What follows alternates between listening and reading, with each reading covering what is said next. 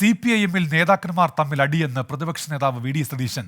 തെരഞ്ഞെടുപ്പ് പരാജയത്തിൽ പാർട്ടി സെക്രട്ടറിയും മുഖ്യമന്ത്രിയും ഇരുധ്രുവങ്ങളിലാണ്. CPIM ജില്ലാ കമ്മിറ്റികൾ സർക്കാരിനെതിരാണെന്നും വി ഡി സതീശൻ പറഞ്ഞു.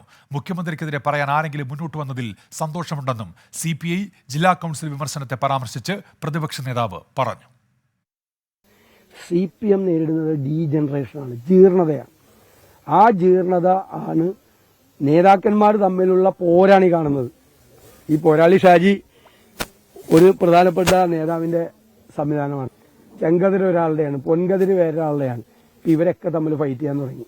ഇരുധ്രുവങ്ങളിലാണ് പാർട്ടി സെക്രട്ടറിയും മുഖ്യമന്ത്രിയും സംസാരിച്ചത്, അല്ലേ? രണ്ട് രീതിയിലാണ് സംസാരിച്ചത്. രണ്ട് രീതിയിലാണ് അവർ ഇലക്ഷനെ കണ്ടത്. എല്ലാ ജില്ലാ കമ്മിറ്റികളുടെയും റിപ്പോർട്ട് നിങ്ങൾ നോക്കിക്കോ.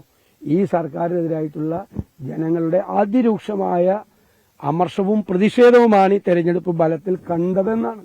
ബംഗാളിലും ത്രിപുരയിലും സംഭവിച്ചത് നിങ്ങൾക്ക് സംഭവിക്കില്ലേ എന്ന് ഇപ്പൊ ഞങ്ങൾ കൂടി കൂടെ ചേർന്ന് പ്രാർത്ഥിക്കേണ്ട സ്ഥിതിയിലാണ്.